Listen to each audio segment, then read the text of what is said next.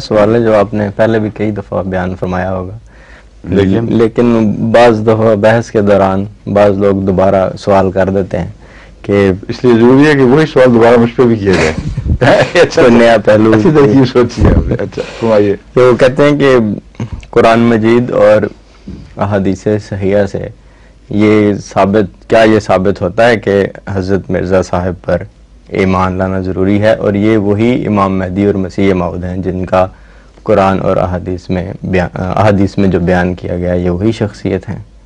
اس کے متعلق تو بہت دفعہ میں بیان کر چکا ہوں. اس کے بہت کثرت سے ایسے پہلو ہیں جن کو اگر شروع کیا جائے تو 1 گھنٹہ یا آدھا گھنٹہ جو باقی رہ گیا اس کافی نہیں ہے.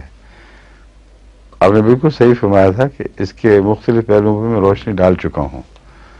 صرف آپ کو میں اصولاً یہ بتاتا ہوں کہ قرآن کریم میں اگر یہ ثابت ہو قرآن کریم سے کہ حضور صلی اللہ علیہ وآلہ وسلم کی اطاعت سے نبوت بھی عطا ہو سکتی ہے، تو ایک تو اصولی مقام ایسا ہے جہاں اصولاً ہمیں رہنمائی مل جاتی ہے کہ اگر خدا تعالیٰ امت محمدیہ میں رسول اللہ علیہ وسلم کی اطاعت میں نبی پیدا فرمائے تو قرآن کے منشا کے مخالف نہیں. سمجھے؟ دوسرے سورہ جمعہ کا میں حوالہ دے چکا ہوں جس میں حضرت صلی اللہ علیہ وآلہ وسلم کی بعثت ثانیہ کا ذکر ہے، اور ایسے الفاظ میں ہے کہ کسی اور شخص کا ذکر ہی کوئی نہیں چل رہا. آپ ہی کی بعثت کا ذکر فرمایا وآخرین منہم لما یلحقوا بہم، وہ آخرین میں بھی مبعوث ہوگا. اس سے یہ مراد نہیں کہ اول آخر سب کا ایک نبی ہے، کیونکہ بیچ کے لوگ بیچ میں کہاں گئے پھر سب. تو آخر میں مبعوث ہونے سے مراد واقعتاً کسی کا مبعوث ہونا ہے. اس بات کی تائید بخاری کی حدیث کر رہی ہے، کیونکہ بخاری میں سے ثابت ہے کہ جب یہ آیات نازل ہوئی ہیں حضور صلی اللہ علیہ وآلہ وسلم کے بیٹھے ہوئے تھے ایک مجلس میں، اور جب آپ نے تلاوت فرمائی تو ایک صحابی نے عرض کیا وہ کون لوگ ہیں یا رسول اللہ جن کے متعلق آتا ہے کہ گویا آپ ان میں نازل ہوں گے. یہ لفظ آپ ان میں نازل ہوں گے تو اس نے نہیں کہے، مگر یہ واضح تھا منطوق آیت کا، اس لیے اس نے کہا وہ کون لوگ ہوں گے جن کا ذکر مل رہا ہے. تو آپ نے یہ بتانے کے لیے، واضح کرنے کے لیے کہ ذکر تو بہرحال بعثت کا ہے،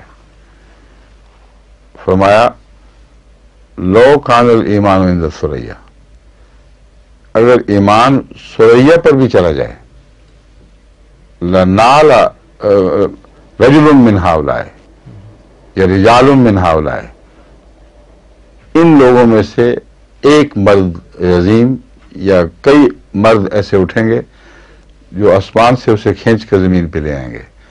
اور یہ کہتے ہوئے آپ نے سلمان فارسی کے کندھے پر ہاتھ رکھ دیا. اب اس سے زیادہ قطعی ذکر ان کو اور کیا چاہیے؟ جہاں تک امکان کا تعلق ہے وہ من یطع اللہ والرسول والی آیت میں موجود کہ یہ کہنا غلط ہے کہ انعامات میں سے کوئی انعام بند ہو گیا. اطاعت رسول سے جو پہلے انعام ملا کرتے تھے وہ سب جاری ہیں، مگر اس رسول کی اطاعت شرط ہے، من یطع اللہ والرسول. اور آیت واقعتاً اس امکان کے نتیجے میں کوئی آئے گا؟ محمد رسول اللہ کے آنے سے بڑھ کر اور آنا کس کا ہو سکتا ہے؟ یہ سب جھگڑے ختم ہو جاتے ہیں، وہ رسول ہے غیر رسول ہے. جس کے آنے کو محمد رسول اللہ کا آنا کہہ دیا جائے، اس سے زیادہ اور قطعیت کے ساتھ کیا پیشگوئی ہو سکتی ہے؟ اور پیشگوئی ہے، قرآن کریم کی پیشگوئی ہے. اور اس کی تشریح رسول اللہ صلی اللہ علیہ وسلم یہ فرماتے ہیں کہ میں نہیں بلکہ ان میں سے کوئی آئے گا. اب آپ کو اور کیا چاہیے؟ ہاں، ان دو باتوں پہ قائم ہو جائیں، مجال نہیں کہ کوئی ٹرا سکے آپ کو. اتنی قطعیت ہے ان میں.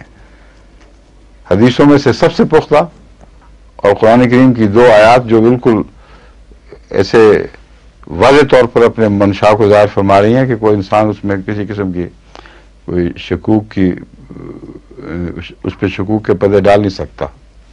ٹھیک ہے؟ ٹھیک.